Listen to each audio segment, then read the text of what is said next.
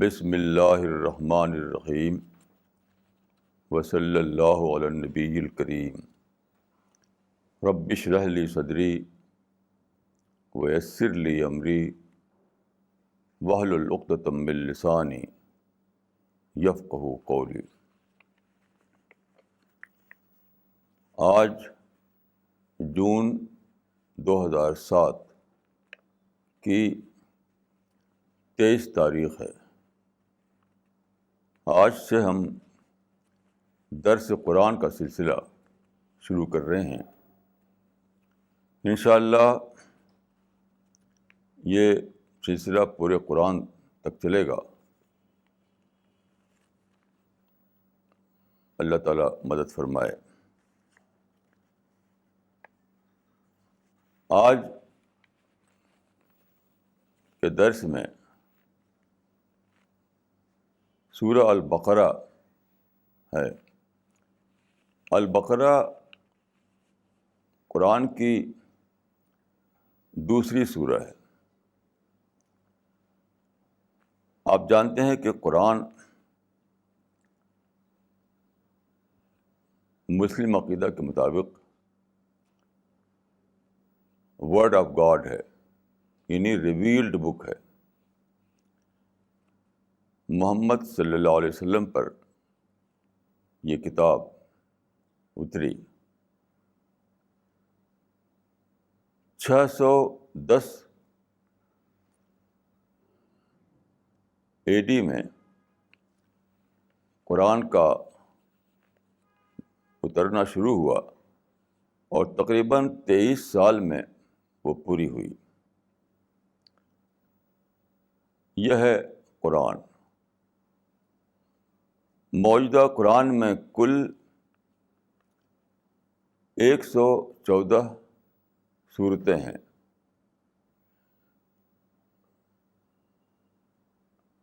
ساری آیتیں جو قرآن میں ہیں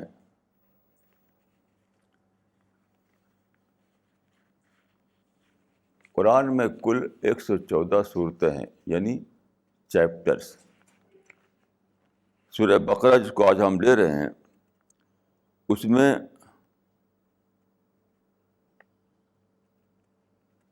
آیتوں کی تعداد 286 ہے اور رکوع کی تعداد 40 ہے۔ سورہ کا مطلب ہوتا ہے چیپٹر، آیت کا مطلب ہوتا ہے ورس، اور رکوع یوں سمجھیے کہ قرآن کی پیراگرافنگ ہے۔ ہر ایک پیراگراف کو ایک رکوع کہا جاتا ہے۔ تو یہ ہے قرآن۔ آج ہم سورہ البقرہ جو قرآن کی دوسری سورہ ہے اس کو لے رہے ہیں۔ اعوذ باللہ من الشیطان الرجیم، بسم اللہ الرحمن الرحیم۔ ہمارا جو طریقہ ہوگا وہ سلسلے وار درس کا طریقہ نہیں ہوگا، بلکہ پوری سورہ کے کچھ سلیکٹڈ اجزاء لیں گے ہم اور اس کی تشریح کریں گے، جس سے پورا جسٹ یا خلاصہ اس کا سامنے آ جائے۔ دیکھیے سورہ البقرہ کی جو پہلی آیت ہے، یعنی پہلا ورس، وہ ہے ذالک الکتاب لا ریب فیہ ھدی للمتقین۔ یہ الکتاب ہے، اس میں کوئی شک نہیں، یہ ہدایت ہے متقیوں کے لیے۔ یہاں الکتاب کا مطلب ہے دا بک، یعنی the authentic guidance, authentic book of guidance. انسان کو اس دنیا میں درست طور پر رہنے کے لیے ایک گائیڈ بک چاہیے۔ کیسے اس دنیا میں آدمی رہے کہ اس کی زندگی سکسیزفل ہو، یہ بات قرآن میں بتائی گئی ہے. قرآن کا جو سبجیکٹ ہے وہ انسان ہے. آپ یہ کہہ سکتے ہیں کہ آئیڈیالوجی آف مین، یہ ہے قرآن کا سبجیکٹ. تو انسان کو ایک گائیڈ بک چاہیے، آتھینٹک گائیڈ بک. الکتاب کا مطلب ہے کہ یہ قرآن وہ آتھینٹک بک آف گائیڈنس ہے جو انسان کو چاہیے تھا. اس کے بعد فرمایا کہ ہدی للمتقین، کہ اگرچہ اس کتاب میں کوئی شک نہیں یہ خدا کی طرف سے ہے، there is no doubt about it، لیکن پھر بھی فرمایا کہ ہدی للمتقین، اس میں گائیڈنس ہے تقوی والوں کے لیے. تقوی کا مطلب کیا ہے؟ تقوی کا مطلب ہے گائیڈنگ اسپرٹ، گارڈنگ اسپرٹ، یعنی جن لوگوں کے اندر سنسیئرٹی ہو، جو سیریس ہو اس معاملے میں کہ انہیں ایک گائیڈنس چاہیے. تو جو اس طرح کی اسپرٹ اپنے اندر رکھتے ہوں انہی کے لیے قرآن ہدایت بنے گا. تو دیکھیے تقوی کے دو فیزز ہیں، ایک ہے تقوی ان اسپرٹ اور دوسرا ہے تقوی ان ایکشن. تقوی ان اسپرٹ ہر انسان کے اندر ہوتی ہے بائی برتھ، کیونکہ قرآن میں ہے، دیکھیے فَأَلْهَمَهَا فُجُورَهَا وَتَقْوَاهَا، انسان کو پیدائشی طور پر اس کا تقوی دے دیا گیا ہے. یہاں پر تقوی سے مراد ہے اسپرٹ آف تقوی. جب آدمی شعوری طور پر کانشیسلی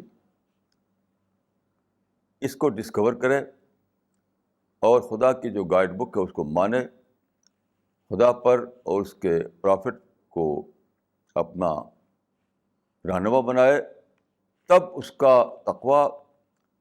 تقوی ان ایکشن بن جاتا ہے. تو یہاں پہ جو فرمایا ہے کہ یہ ہدایت ہے متقیوں کے لیے، اس کا مطلب وہی ہے کہ جن کے اندر تقوی کی اسپرٹ ہوگی، وہ فطرت کی وہ استعداد جو پیدائشی طور پر رکھی گئی انسان کے اندر وہ زندہ ہوگی. تو وہی لوگ سنسیئر ہوں گے، وہی لوگ سیریس ہوں گے، تو وہی لوگ قرآن کو ایک گائیڈ بک کے طور پر جانیں گے اور اس کو اپنائیں گے. پھر فرمایا الذین یؤمنون بالغیب، یعنی اگرچہ قرآن میں کوئی شک نہیں ہے، لا ریب فیہ، وہ گائیڈ بک ہے خدا کی طرف سے، پھر بھی یہ کس کو ہدایت ملے گی اس سے؟ الذین یؤمنون بالغیب، جو ایمان رکھتے ہوں غیب پر. اس کے معنی کیا ہیں؟ اس کے معنی یہ ہے کہ وہ لوگ جو یہ آیت نمبر 3 ہے سورہ البقرہ کی، الذین یؤمنون بالغیب. غیب پر ایمان کا مطلب یہ ہے کہ اس دنیا میں آدمی کو ہر چیز دیکھ کر نہیں جان سکتا ہر آدمی. کچھ چیزیں ایسی ہیں جو آبزرویبل ہیں، کچھ چیزیں وہ ہیں جو ہم آبزرو نہیں کر سکتے. تو وہ آدمی جو یہ کنڈیشن لگائے کہ جب تک میں دیکھ نہ لوں خدا کو، دیکھ نہ لوں ریولیشن کو، دیکھ نہ لوں جنت کو، تب تک میں اس کو نہیں مانوں گا، ایسے آدمی کو ہدایت نہیں ملے گی. کیوں؟ اس کے اندر ریئلسٹک اپروچ نہیں ہے، ریئلسٹک اپروچ نہیں ہے. کیونکہ اس دنیا میں ایسا ہو ہی نہیں سکتا کہ آپ ہر چیز کو دیکھیں. آپ اپنے آپ کو بھی نہیں دیکھ سکتے. آپ اپنی باڈی کو دیکھتے ہیں، لیکن آپ کا جو سول ہے، آپ کا جو مائنڈ ہے، آپ کی جو اسپریچول بینگ ہے اس کو تو آپ دیکھتے نہیں. تو اس دنیا میں کچھ ظاہری چیزیں سے دکھائی دیتی ہیں، لیکن جو حقیقتیں ہیں، جو سچائیاں ہیں، وہ دکھائی نہیں دیتی ہیں. تو ایمان بالغیب کے معنی یہ ہوئے کہ جو اتنے سنسیئر ہیں کہ اس بات کو وہ جانیں، مانیں کہ خدا کو ماننے کے لیے اگر ہم یہ شرط لگائیں کہ خدا ہمیں دکھائی دے تو انہیں سچائی نہیں ملے گی. تو اس کا مطلب یہ ہوا. پھر فرمایا کہ اسی سلسلے میں آیت نمبر 4 میں کہ جو ایمان رکھتے ہیں آخرت پر، یہ بھی ایک شرط ہے قرآن سے ہدایت لینے کے لیے. آخرت کا مطلب کیا ہے؟ وہ یہ ہے کہ جو اس بات کو مانے کہ کریشن کا کوئی پرپز ہے، تخلیق جو ہے یہ بامقصد ہے. ایسا نہیں کہ پیدا ہوئے، کچھ کھیل کود کیا اور مر گئے اور پھر قصہ ختم. نہیں، جن کی سنسیئرٹی نے ان کو یہ بتایا ہو کہ اتنی meaningful life meaningless end پر ختم نہیں ہو سکتی. اتنی میننگ فل کائنات، اتنی میننگ فل لائف، سب کچھ اس دنیا میں اتنا زیادہ میننگ فل ہے کہ یہ بالکل آپ یعنی انبلیویبل ہے کہ آپ یہ ماننے لگیں کہ یوں ہی ہم پیدا ہوئے، یوں ہی کھیل کود کیا اور ختم گئے مر کر کے. تو ایمان بالآخرت کا مطلب یہ ہے کہ وہ آدمی جو اتنا سنسیئر ہو، اتنا سیریس ہو کہ یہ مانے کہ زندگی کی ایک میننگ ہے، زندگی کا ایک میننگ فل انجام ہے. آخرت کے معنی ہیں زندگی کا میننگ فل اینڈ، میننگ فل انجام. تو وہی لوگ قرآن سے ہدایت پائیں گے. خلاصہ کیا ہوا کہ جن کے اندر سنسیئرٹی ہو، جن کے اندر سیریسنس ہو، جن کے اندر ریئلسٹک اپروچ ہو، جو صحیح معنوں میں ریشنل وے میں دیکھیں چیزوں کو، تبھی وہ قرآن سے ہدایت پائیں گے.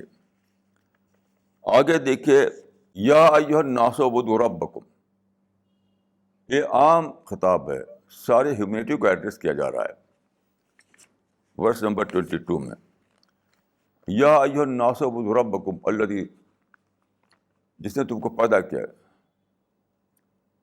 اس خدا کی عبادت کرو جس نے تم کو پیدا کیا ہے. یہ ہے کریشن کا مقصد کہ جس نے آپ کو پیدا کیا ہے آپ اس کو مانیں، اس کی بڑائی کو مانیں، اس کی گریٹنس کو مانیں. یہ ہے سارا مقصد. اگر آدمی خدا کی بڑائی کو نہ مانے تو اس کے لیے پھر اس زندگی کا آغاز نہیں ہو سکتا. اس کو ہم ریلیجس لائف کہتے ہیں. ریلیجس لائف شروع ہوتی ہے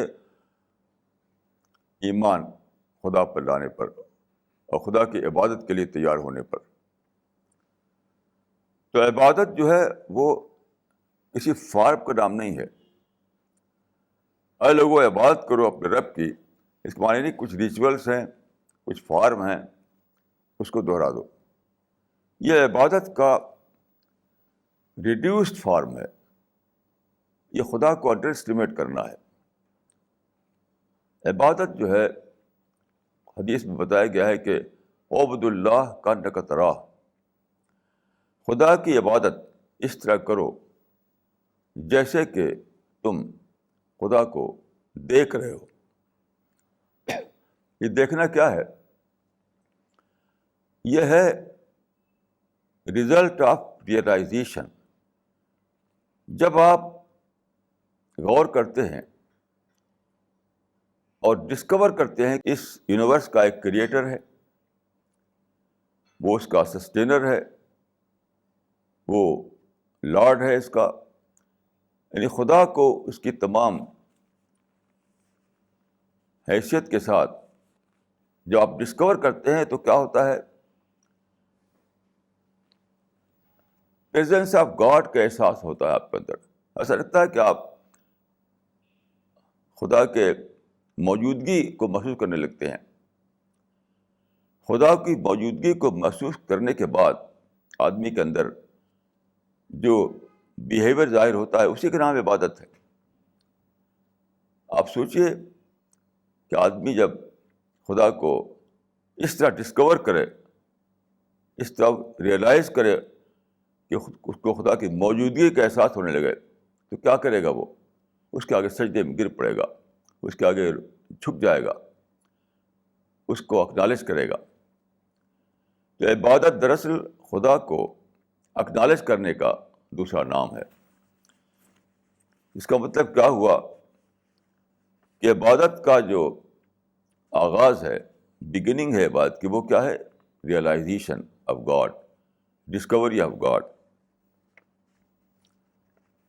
جب آدمی خدا کو ڈسکور کرے, جس کو معرفت کہا گیا ہے قرآن و حدیث میں, تو معرفت پہلے آتی ہے, پھر اس بعد عبادت آتی ہے.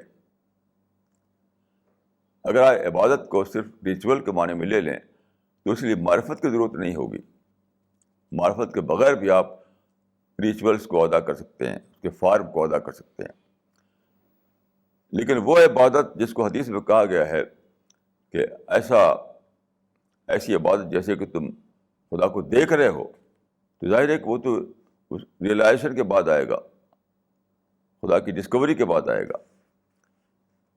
تو عبادت کا آغاز معرفت سے ہوتا ہے, عبادت کا آغاز خدا کی ڈسکوری سے ہوتا ہے.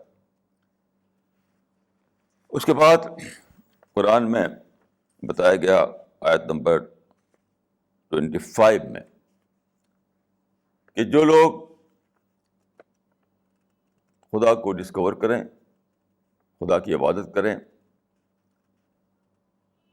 جو لوگ ایمان اور عمل صالح کی زندگی اختیار کریں, تو ان کو خدا جنتوں میں جگہ دے گا. تو جنت کے بارے میں فرمایا کہ کلما رزقوا منہا من ثمرۃ رزقا قالوا ھذا الذی رزقنا من قبل واتوا بہ متشابہا. یہ سورہ بقرہ کی 25 آیت ہے. یعنی ان کو جنت میں ویسے ہی رزق دیا جائے گا جو رزق دنیا میں ان کو مل چکا تھا. جب بھی کوئی چیز پائیں گے وہ تو کہیں گے کہ یہ تو وہی ہے جو دنیا میں ہم کو ملا تھا. اس سے کیا نکلا؟ اس یہ نکلا کہ اسی دنیا کا پرفیکٹ, جس دنیا کو ہم دیکھ رہے ہیں اس دنیا کا پرفیکٹ ورژن ہے جنت. یہ دنیا امپرفیکٹ ہے. آپ دیکھیے کہ جو بھی ہمارے ڈیزائر ہیں وہ ساری کے ساری یہاں پر موجود ہیں. ہم جو کچھ بھی چاہتے ہیں وہ سب یہاں پر موجود ہے, لیکن امپرفیکٹ شکل میں ہے. کسی بھی ڈیزائر کو ہم بھرپور طور پر فلفل نہیں کر پاتے. ڈیزائر ہیں, چیزیں ہیں, لیکن فلفلمنٹ نہیں ہے. تو اس میں جو ہمیں بتایا گیا کہ جنت جو ہے وہ جگہ ہے جہاں آپ کو پورا فلفلمنٹ ملے گا. اس سے میں سمجھا ہوں کہ جنت اور یہ دنیا دونوں ایک دوسرے سے ملتی جلتی ہیں. وہ ساری ایکٹیویٹیز, وہ ساری ڈیزائرز, وہ ساری ہماری پسند کی چیزیں, وہ سارا سامان انجوائمنٹ کا جو یہاں ہے وہ سب وہاں پر ہے. فرق صرف کیا ہے کہ وہاں پر وہ پرفیکٹ صورت میں ہے, یہاں پر وہ امپرفیکٹ صورت میں ہے. یہ ہے واتوا بہ متشابہا کا مطلب کہ جو چیزیں وہاں دی جائیں گی اس کو دیکھ کر وہ کہیں گے کہ یہ تو ہم دنیا میں ملا تھا ہم کو. تو دنیا میں جنت کا ایک ابتدائی تعارف ہے جس کو ہندی میں کہتے ہیں بانگی یا ٹیسٹ. یہ دنیا ہم کو جنت کا ابتدائی ٹیسٹ دیتی ہے, ابتدائی تعارف کرتی ہے, تاکہ ہم جان سکیں کہ وہ دنیا, جنت کی دنیا کتنی زیادہ اچھی ہوگی. جب امپرفیکٹ دنیا میں اتنی لذتیں ہیں تو پرفیکٹ دنیا میں کتنی زیادہ لذتیں ہوں گی. تو موجودہ دنیا جو ہے، آج کی دنیا جو ہے، یہ سچ پوچھے تو جنت کا، پیراڈائز کا تعارف ہے، اس کا انٹروڈکشن ہے. اس کے بعد آگے دیکھیے آیت نمبر 30 میں بتایا گیا ہے کہ اللہ تعالیٰ نے انسان کو، یعنی سورہ بقرہ کی آیت نمبر 30 میں بتایا کہ اللہ تعالیٰ نے انسان کو پیدا کیا، یعنی آدم کو، جو پہلے انسان تھے. پیدا جب کیا اللہ تعالیٰ نے تو فرشتوں سے کہا کہ انی جاعل فی الارض خلیفہ. فرشتے پہلے سے موجود تھے، کیونکہ فرشتے خدا کی طرف سے دنیا کا انتظام کرتے ہیں. تو خدا نے کہا کہ انی جاعل فی الارض خلیفہ، اے فرشتوں میں زمین میں ایک خلیفہ بنانے والا ہوں. یعنی ایک انسان جو دنیا میں خلیفہ کی حیثیت سے رہے گا. خلیفہ کے معنی ہوتے ہیں یعنی صاحب اختیار، جس کو آزادی ہوگی، جس کو اختیار ہوگا، جس کو پاور ہوگا، جس کو کوئی پابندی نہیں ہوگی. جیسے کہ فرشتے جو ہیں وہ آزاد نہیں ہیں ہماری طرح سے. فرشتے یفعلون ما یؤمرون، وہ وہی کرتے ہیں جو انہیں حکم دیا جائے. اس دنیا میں سب کچھ مٹیریل ورلڈ جو ہے وہ انڈر کمپلشن ہے. انسان کو چھوڑ کر جو بھی چیزیں اس دنیا میں ہیں، چاہے وہ اینیمل ہوں، چاہے پلانٹ کنگڈم ہو، چاہے مٹیریل ورلڈ ہو، کسی کو بھی آزادی نہیں ملی ہوئی ہے. انسان کو ٹوٹل فریڈم ملا ہوا ہے. تو خدا نے کہا کہ میں انسان کو دنیا میں سیٹل کرنے والا ہوں. تو فرشتوں نے کہا کہ اتجعل فیہا من یفسد فیہا ویسفک الدماء، کیا آپ دنیا میں ایک ایسے مخلوق کو بسانے والے ہیں جو وہاں فساد کرے اور خون بہائے؟ اس کا مطلب کیا تھا؟ اس کا مطلب ہے کہ فریڈم کو مس یوز کرے گا آدمی. ہم کو فریڈم نہیں ملی ہوئی ہے، ہمیں یہ آپشن نہیں کہ ہم فریڈم کو مس یوز کریں، یا اسٹارس کو، پلانٹ کو، کسی چیز کو بھی فریڈم نہیں ملی ہوئی ہے، اس لیے ان کے لیے آپشن بھی نہیں ہے کہ وہ مس یوز کریں. لیکن انسان کو آپشن دیں گے آپ کہ فریڈم کو مس یوز کرے وہ. تو اس کے بعد کیا ہوگا؟ اس کے بعد یہ ہوگا کہ فساد ہوگا، خون بہائے گا. تو اللہ تعالیٰ نے کہا کہ انی عالم ما لا تعلمون، میں وہ جانتا ہوں جو تم نہیں جانتے. اس کا مطلب میں جہاں تک سمجھا ہوں وہ یہ ہے کہ اللہ تعالیٰ نے یہ بتایا کہ پیراڈائز میں بسانے کے لیے جو لوگ درکار ہیں وہ صرف آزادی ہی میں ان کا سلیکشن کیا جا سکتا ہے. پیراڈائز میں انسان کو بسانا تھا خدا کو، لیکن کس انسان کو؟ وہ انسان جو بغیر کمپلشن کے خدا کے آگے سرنڈر کرے، وہ انسان جو ٹوٹل آزادی ملے جس کو، پھر بھی وہ مس یوز نہ کرے. وہ انسان جس کے اندر ہر کسی کی ڈیزائر ہو، اینگر ہو، ہیٹ ہو، مائلس ہو، سیلف انٹرسٹ ہو، انجسٹس ہو، یہ ساری نگیٹو قسم کی چیزیں اس کے دل میں موجود ہوں، لیکن پھر بھی وہ اپنے آپ کو کنٹرول کرے، خود اپنے ارادے سے اپنے ڈیزائر کو کنٹرول کر کے دنیا میں رہے، اپنی ایگو کو سرنڈر کرے، اپنے آروگینس کو سرنڈر کرے خدا کے لیے. وہ انسان مجھے چاہیے جنت بسانے کے لیے. تو خدا نے کہا کہ اس طرح کا ایک انسان اسی ماحول میں سلیکٹ ہو سکتا ہے جہاں کی آزادی دی گئی ہو. تو خدا نے اس دنیا میں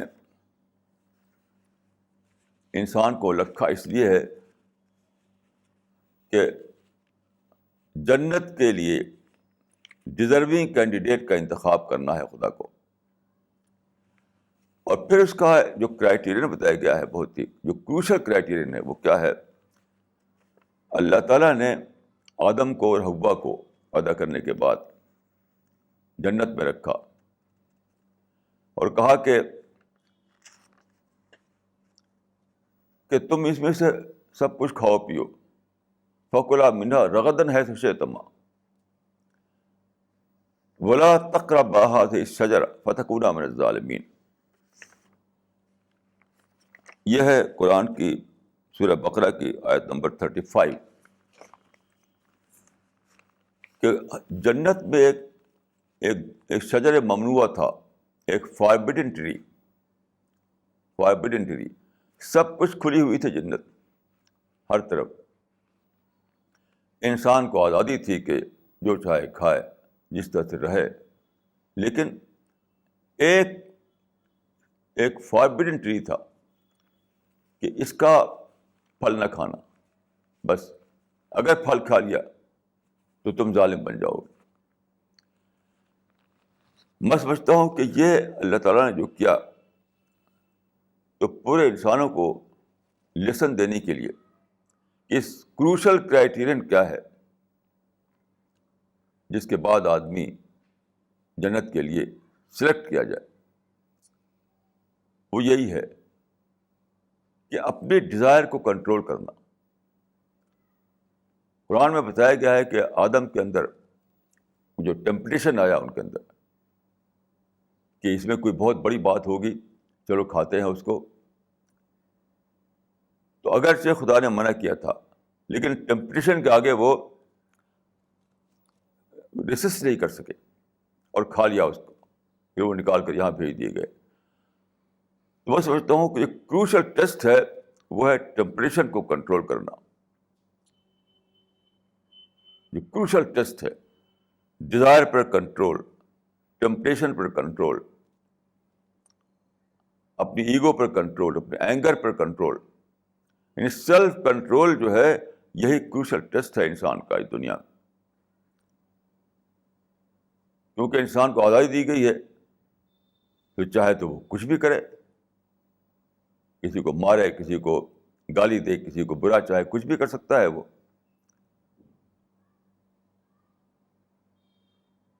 لیکن جو کروشل ٹیسٹ ہے وہ یہ ہے کہ یہ ساری ڈیزائر جو تمہارے اندر ہیں اس کو تمہیں کنٹرول میں رکھنا پڑے گا. سیلف کنٹرول یا سیلف ڈسپلن کے ساتھ دنیا میں رہنا ہوگا. آزادی کو لمیٹڈ وے میں استعمال کرنا ہوگا. یہ ہے کروشل ٹیسٹ. تو جنت میں جو فاربڈن ٹری تھا وہ اسی بات کی علامت تھا،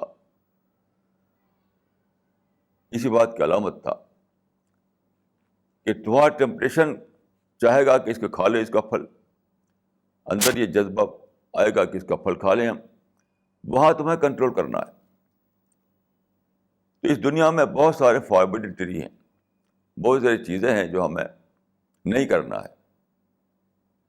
مثلاً ہیٹ ہے، انٹالرنس ہے، ایگو ہے، آروگنس ہے، اینگر ہے. جتنی بھی ہمارے اندر خواہشیں ہیں، جتنے بھی ڈیزائر ہیں، ہر ڈیزائر کی ایک لمٹ ہے. اس لمٹ سے باہر ہم گئے تو کیا کہ ہم نے فاربڈن ٹری کا پھل کھا لیا. ساری ڈیزائر جتنی بھی انسان کے اندر بھری ہوئی ہیں، ہر ایک کی ایک لمٹ ہے. اس لمٹ کے اندر رہیں گے تبھی ہم جنت کے لیے سلیکٹ کیے جائیں گے. اگر ہم نے اس کے باہر قدم رکھا تو گویا کہ ہم نے فاربڈن ٹری کا پھل کھا لیا. تو پہلی بار تو یہ ہوا تھا کہ آدم کو جنت سے نکال کر دنیا میں بھیج دیا گیا تھا. اب جو ہے انسان کو ایسی کوئی دنیا نہیں ہے، اب تو ہیل ہے. اب جو ہے وہ ہیل ہے یا پیراڈائز ہے.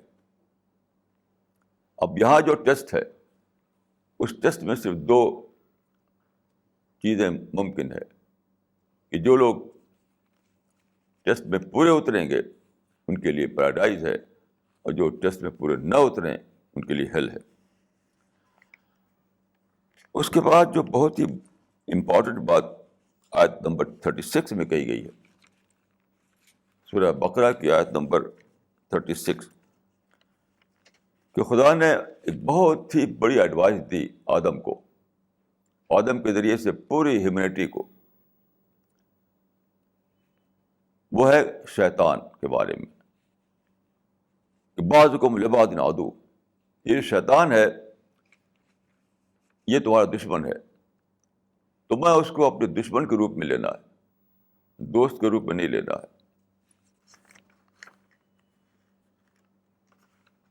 یہ ایک بہت ہی بیسک ایڈوائس تھی جو خدا نے دی آدم کو، آدم کے ذریعے سے پوری انسانیت کو. بعضکم لبعض عدو. تمہارا اصل دشمن جو ہے وہ شیطان ہے. اور شیطان کیسے کام کرتا ہے؟ شیطان ہی نے اکسایا تھا آدم کو کہ اس پھل کھا لو، اس یعنی فاربڈن ٹری کا جو پھل تھا اس کو کھانے کے لیے شیطان ہی نے اکسایا تھا آدم کو. اس سے کیا معلوم ہوا کہ شیطان کے لیے جو دروازہ ہے ہمارے اندر داخل ہونے کا، وہ ہے کیا ہے؟ ڈیزائرز ہے. ہماری ڈیزائر جو ہے وہ اس کو ولنریبل پوائنٹ دیتی ہیں. جتنی بھی ڈیزائر ہمارے اندر ہے وہ سب وہ پیٹریٹ کرنے کے راستے ہیں، اسی سے انسان داخل ہوتا ہے ہمارے اندر. یہ اسی واقعے سے ہمیں معلوم ہوتا ہے، کیونکہ قرآن میں بتایا گیا ہے کہ آدم نے جو پھل کھا لیا تھا وہ شیطان کے بہکاوے سے کھا لیا تھا. اس دنیا میں بتایا گیا کہ شیطان تمہارا دشمن ہے، کہ تم کو یہی کرتا رہے گا کہ تمہارے ڈیزائرز کو استعمال کرے گا. وہ تمہارے ڈیزائرز کو وہ اپنے لیے پینٹریٹنگ پوائنٹ بنائے گا.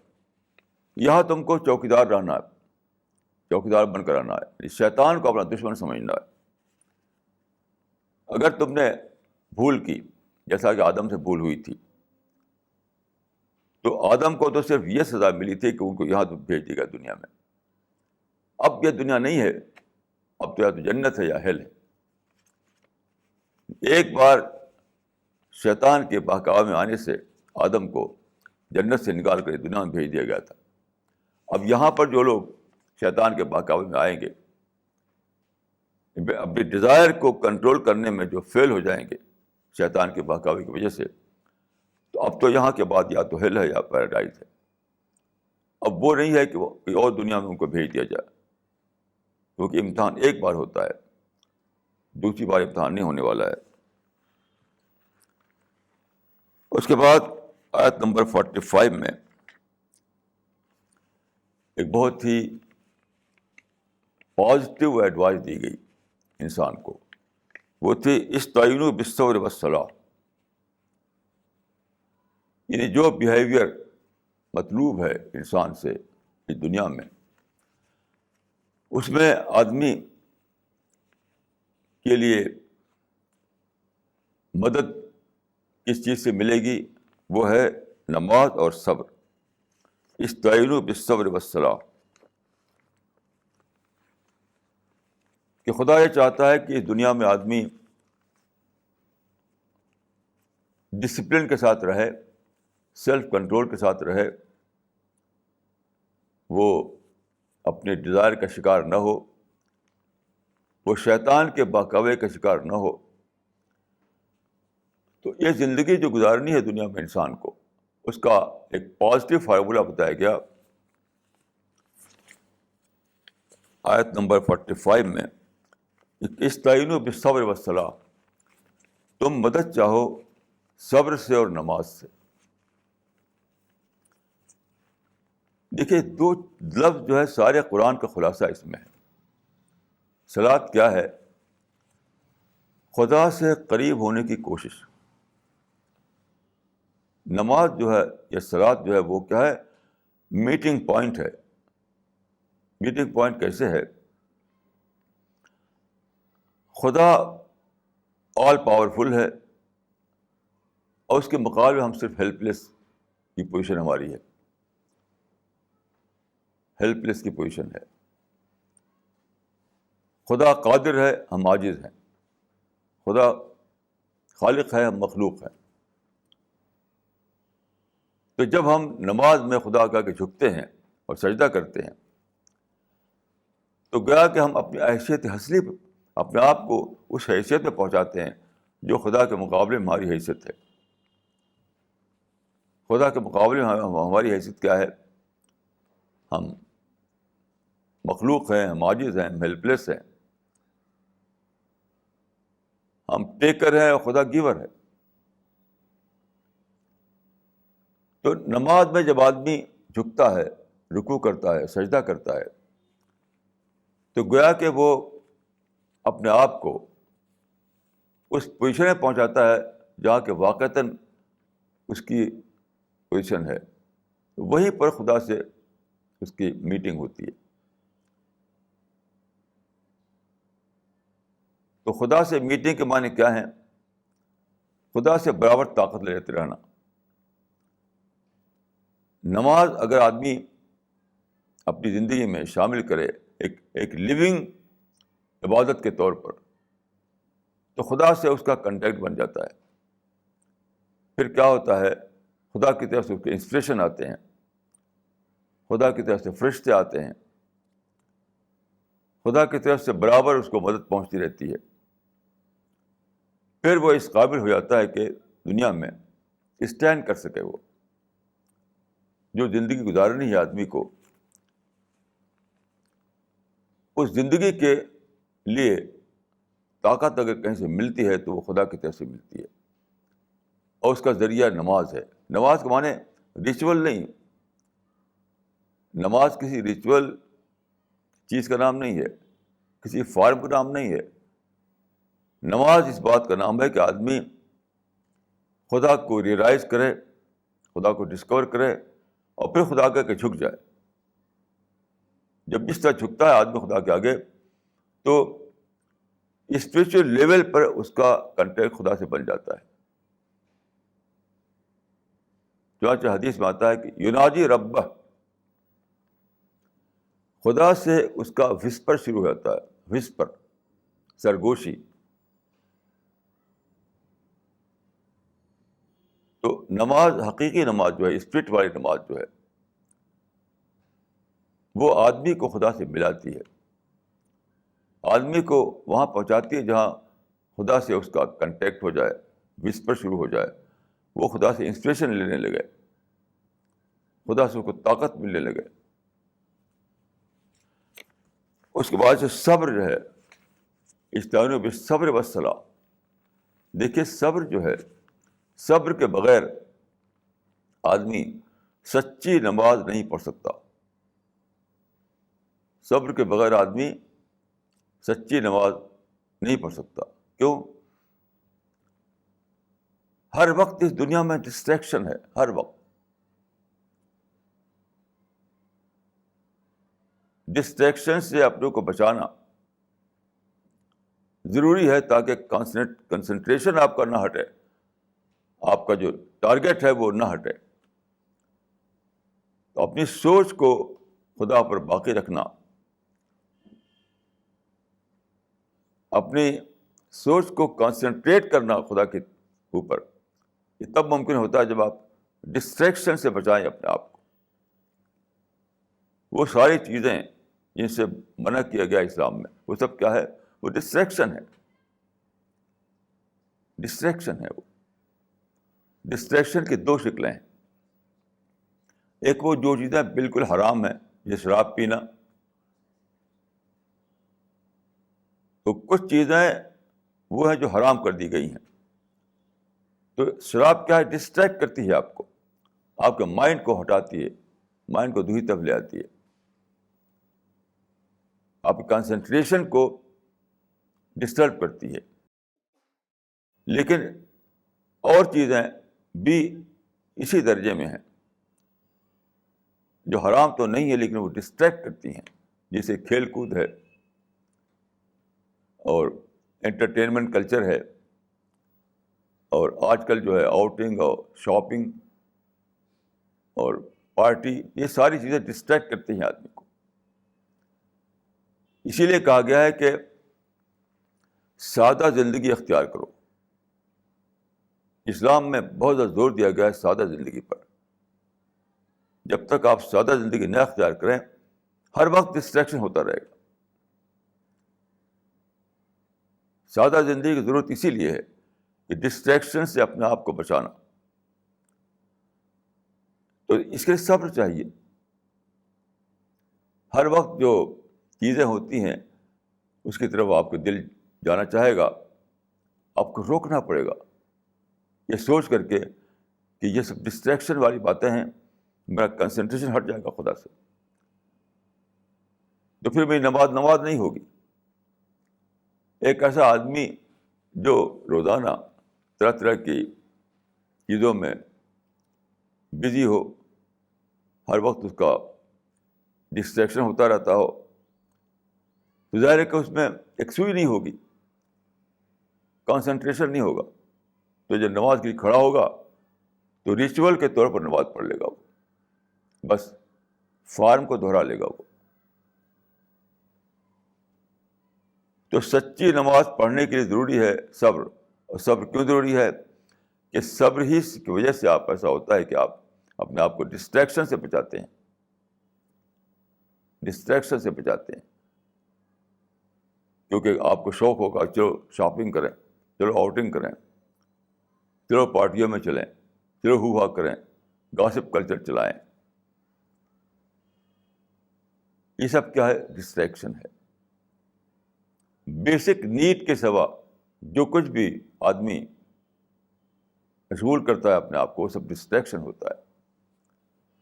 تو آدمی کو دو میں سے ایک کا چوائس ہے، یا تو اپنے آپ کو ڈسٹریکشن سے بچائے تاکہ وہ سچی نماز پڑھ سکے، یعنی خدا سے سچا کنٹیکٹ بن سکے اس کا، یا پھر وہ ڈسٹریکشن میں پڑا رہے اور صرف ریچول والی نماز پڑھ سکے، وہ فارم والی نماز، اور خدا سے سچا کنٹیکٹ اس کا نہ بنے. اس طرح سے دیکھیں آیت 61 میں یہود کو لے کر کہا گیا کہ انہوں نے کہا تھا کہ لن نصبر علی طعام واحد.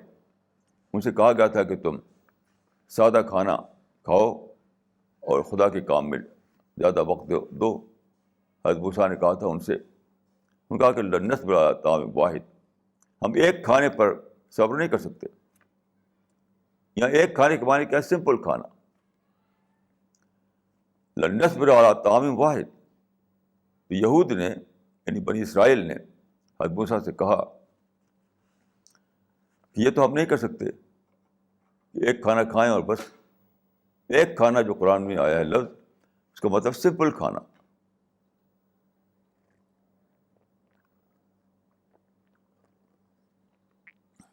اس میں یہ ہے کہ انہوں نے کہا کہ ہم کو مسالہ چاہیے، ہم کو لہسن پیاز چاہیے، لذیذ کھانے چاہیے ہم کو. تو موسیٰ نے کہا کہ یہ سب چیزوں کو چھوڑو، سادہ کھانا کھاؤ. تو ان کا کہ نہیں، ہم ایسا نہیں کر سکتے. یہ ایک ہمیشہ کے لیے ایک پیغام ہے. یہ صرف بنی اسرائیل کی بات نہیں ہے، یہ صرف بنی اسرائیل کی کہانی نہیں ہے، کہ جو آدمی یہ چاہتا ہو کہ وہ اپنے آپ کو ڈسٹریکشن سے بچائے تو اس کو سادہ کھانا کھانا پڑے گا، سادہ زندگی گزارنی پڑے گی. Simple life, simple food, simple habits, ہر چیز میں سمپلسٹی لانی پڑے گی. سمپلسٹی سے کیا ہوتا ہے؟ آپ ان نیسیسری چیزوں سے اپنے کو بچا لیتے ہیں جو کہ آپ کو ڈسٹریکٹ کرتی ہیں. تو یہ جو قرآن میں کہا گیا تھا کہ سمپل کھانا کھاؤ، تو اس کا مطلب یہ تھا کہ اپنے آپ کو ڈسٹریکشن سے بچاؤ، یعنی کھانے کے نام پر ڈسٹریکشن.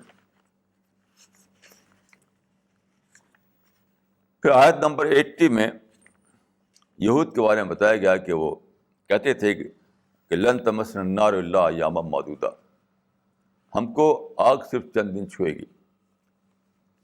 تو وہ کیا کرتے تھے کہ سب کچھ چھوڑتے نہیں تھے, لذیذ کھانے نہیں چھوڑتے تھے, تفریح نہیں چھوڑتے تھے, دنیا کے انٹرسٹ نہیں چھوڑتے تھے, مٹیریل چیزوں میں مشغول رہتے تھے, اس کو نہیں چھوڑتے تھے. تو جب پیغمبر نے ڈرایا ان کو, تو انہوں نے کیا عقیدہ بنا لیا؟ لن تمسنا النار الا ایاما معدودہ, آگ تو ہم کو چند دن چھوئے گی, اس کے بعد تو پھر ہم جنت میں ڈال دیے جائیں گے. یعنی چند دن کے لیے ہمیں جہنم میں ڈالا جائے گا, اور پھر اس کے بعد ہم جنت میں ٹرانسفر کر دیے جائیں گے. یہ ایک جھوٹا عقیدہ. یہ کسی کے لیے بھی, چاہے یہودی ہوں یا مسلمان ہو, کوئی بھی اگر ایسا عقیدہ بنائے تو وہ بیس لیس عقیدہ ہے. موت کے بعد یا تو جنت ہے یا جہنم. ایسا نہیں کہ کچھ دن یہاں رکھ کر کے جہنم میں, اس کے بعد نکال کے جنت میں ڈال دیا جائے. یہ تو بہت ریڈیکولس بات ہے. یہ ریڈیکولس بات ہے. تو آدمی مشغول رہتا ہے غلط زندگی میں, یعنی وہ اپنے کو ڈسپلن میں والی زندگی نہیں اختیار کرتا, اپنے کو ڈسٹریکشن سے نہیں بچاتا, اپنے آپ کو غلط کاموں سے دور نہیں لے آتا. وہ ساری ایکٹیویٹیز جس کو منع کیا گیا ہے اس سے اپنے کو دور نہیں لے آتا. تو پھر ایک عقیدہ بنا لیتا ہے کہ ہم تو مسلمان گھر میں پیدا ہوئے ہیں, ہم تو پیغمبر کے اولاد ہیں, تو ہم کو خدا ہمیشہ کے لیے تھوڑی جنت میں ڈالے, ہمیشہ نہیں دوزخ میں ڈالے گا. کچھ دن جہنم میں ڈالے گا, اس کے بعد پھر نکال کے جنت میں ڈال دے گا. یہ بالکل بیس لیس عقیدہ ہے, اس کی کوئی حقیقت نہیں ہے, اس کی کوئی حقیقت نہیں ہے. قرآن میں بتایا گیا آیت نمبر 82 میں کہ الا الذین آمنوا وعملوا الصالحات, کہ جو مدار ہے, جو اصل چیز ہے, وہ کیا ہے؟ ایمان اور عمل صالح. یہ آیت نمبر 82 میں ایمان اور عمل صالح. یہ سب جو عقیدے جو ہیں بنا لیے گئے تھے, اس سے کسی کو وہاں پر نجات نہیں ملے گی. نجات ملے گی ایمان اور عمل صالح. ایمان کیا ہے؟ عمل صالح کیا ہے؟ دیکھیے, یہ بھی کسی ریچول کا نام نہیں ہے. ایمان کے معنی ہیں معرفت. معرفت, خدا کو ریئلائزیشن کے درجے میں خدا کو پانا. معرفت کا مطلب ہوتا ہے ڈسکوری کے درجے میں خدا کو پانا, ریئلائزیشن کے درجے میں خدا کو پانا. یہ ہے ایمان. ایسا ایمان جو ہے وہ کیا ہوتا ہے؟ ایسا ایمان پوری زندگی میں سما جاتا ہے. آپ جیسے یہ گلاس ہے, اس کے اندر پانی ہے, اس کے اندر اگر آپ پتھر کے ٹکڑے ڈال دیں, پتھر الگ رہے گا, پانی الگ رہے گا. لیکن اگر اس کے اندر آپ تھوڑا سا کلر ڈال دیں, رنگ کا پاؤڈر ڈال دیں, تو آپ دیکھیں کہ پورا پانی جو ہے رنگین ہو گیا. لال کلر ہے تو لال ہو جائے گا, یلو ہے تو یلو ہو جائے گا, جو کلر ہے پورے پانی میں گھل جائے گا. تو ایمان جو ہے وہ اسی طرح کا ایک رنگ ہے. ایمان کوئی پتھر نہیں ہے. آپ کی زندگی میں جس طرح سے اس پانی میں ایک پتھر کا ٹکڑا آ جائے, وہ الگ رہے, پانی الگ رہے.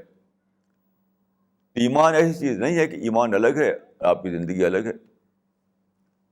کلمہ پڑھ لیا, وہ ایک الگ چیز ہو, ایک اپینڈکس کے طور پر, اور زندگی آپ کی الگ ہے, وہ کہیں بھی استعمال ہو رہی ہے.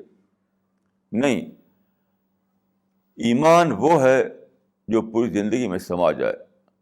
ایمان وہ ہے جو پانی میں رنگ کی طرح سے کھل جائے، جو آپ کے دل میں، آپ کے دماغ میں، آپ کے پورے وجود میں چھا جائے، وہ ہے ایمان.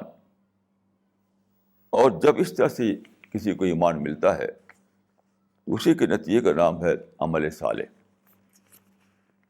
عمل صالح کا مطلب کیا ہے؟ ایمان کے مطابق عمل. عمل صالح کا مطلب ہے ایمان کے مطابق عمل. مثلاً آپ نے اللہ کو مانا مالک یوم الدین کے طور پر، کہ خدا جو ہے وہ مالک یوم الدین ہے، روز جزا کا مالک ہے، Lord of the day of judgement ہے. تو کیا ہوگا؟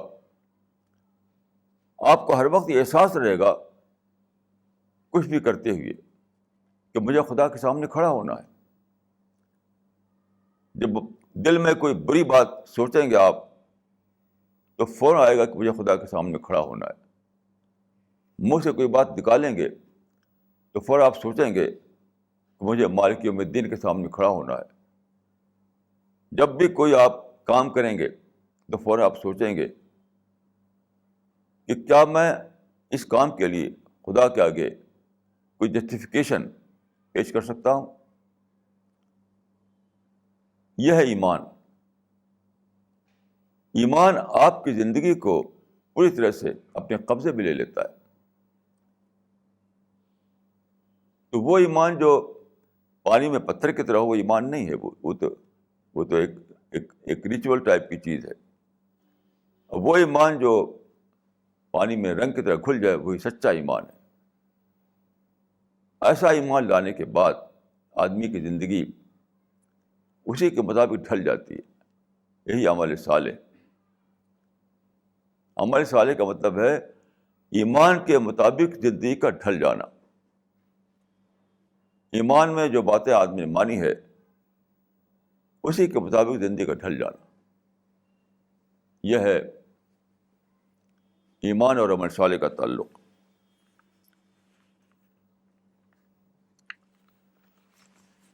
تو سچا ایمان کے لیے بیسٹ ایگزامپل یہی ہے کہ پانی میں رنگ کی طرح سے ہے. رنگ ڈالیں گے، سارا پانی رنگین ہو جائے گا. اور وہ ایمان جو آدمی کے اندر صرف تلفظ کے طور پر داخل ہو کہ کچھ لفظ بول دیا، تو وہ ایسے جیسے کہ پانی کے اندر پتھر الگ رہے گا، پانی الگ رہے گا. تو یہ ایمان اللہ تعالیٰ کو مطلوب نہیں ہے. اسی لیے کہا گیا کہ یا آمنو آمنو، اے ایمان لانے والا پھر سے ایمان لاؤ. مطلب جنہوں نے لفظ کو دہرایا ہے ان سے کہا گیا ہے کہ وہ ایمان لاؤ جو تمہاری زندگی میں سما جائے، تمہارے ذہن کو بدل دے، تمہارے دماغ میں انقلاب برپا کر دے. تو دیکھیں ہمیشہ قرآن میں جگہ جگہ آتا ہے آمنو وعملوا الصالحات، ساتھ ساتھ وہ ایمان لائے اور عمل صالح کیا. یہ ساتھ ساتھ آتا ہے برابر. ایمان لائے اور عمل صالح کیا. مطلب یہ ہوا کہ ایمان اتنا طاقتور تھا ان کا کہ ان کا عمل اسی میں ڈھل گیا. ایمان ان کا اتنا زبردست انقلابی ایمان تھا کہ پوری لائف ان کی اسی میں ڈھل گئی. ان کا دل اسی طرح سے ڈھل گیا، ان کے دماغ میں اس طرح سوچ آنے لگی. ان کا بیہیویئر، ان کی اسپیچ، ان کی ایکٹیویٹیز سب ایمان پر ڈھل گئی. یہ ہے عمل صالح. تو سچا ایمان آدمی کے اندر آئے اور پھر اس کی زندگی عمل صالح بن جائے، تب اس کے لیے جنت ہے. تب اس کے لیے جنت ہے. جنت ایک حقیقی چیز ہے. ایک حقیقی چیز حقیقی معاوضے میں ملتی ہے. ہمیں ایک حقیقی عمل پیش کرنا ہے، تبھی یہ ممکن ہے کہ جنت ہمیں ملے. جنت سب سے بڑی حقیقت ہے. جو چیز سب سے بڑی حقیقت ہو، اس کے لیے ایک حقیقی عمل درکار ہوتا ہے. حقیقی عمل درکار ہوتا ہے. تو عمل صالح کی بہترین تعریف یہی ہے کہ ایمان کے مطابق عمل، ایمان کے مطابق عمل. جب آپ نے مانا کہ خدا مجھ کو دیکھ رہا ہے، خدا مجھے آخرت میں پکڑے گا، خدا آخرت میں میرا حساب کتاب لے گا، اس سوچ جو ہے آپ کی زندگی میں ڈھل جائے گی. جب ڈھل جائے گی تو اسی کا نام ہوگا عمل صالح. تو یہ بتایا اس آیت میں، اور آیت نمبر 82 میں. اور یہ بات قرآن میں جگہ جگہ ہے، الذین آمنوا وعملوا الصالحات، کہ دو شرطیں آدمی کو پیش کرنا ہے، پورا کرنا ہے دنیا میں. ایک ایمان کی شرط، یعنی خدا کی معرفت، یا آپ کہہ سکتے ہیں کہ خدا کی ڈسکوری. جب تک ڈسکوری کے درجے میں آپ خدا کو نہ پائیں تب تک وہ سچا ایمان نہیں بنے گا. اور دوسری چیز ہے کہ ایمان اتنا طاقتور ہو، اتنا اسٹرانگ ہو کہ آپ کی زندگی میں چھا جائے، وہ آپ کی پوری زندگی کو کور کر لے. وہ آپ کے بول، آپ کی ڈیلنگ، آپ کا سوچنا، آپ کا کرنا، سب ایمان کے مطابق ہونے لگے. اسی کا نام ہے عمل صالح. تو جنت کی شرط یہ ہے کہ آدمی ایمان اور عمل صالح دو چیزوں کو ثبوت دے دنیا میں. جو لوگ یہ ثبوت نہ دیں ان کے لیے جنت نہیں ہے. یہ بات نہ صرف سورہ بقرہ میں بلکہ پورے قرآن میں بار بار کہی گئی ہے. تو جس کو جنت چاہیے وہ سچا ایمان اور سچا عمل صالح اپنے اندر پیدا کرے. اقول قولی ھذا واستغفر اللہ لی ولکم اجمعین.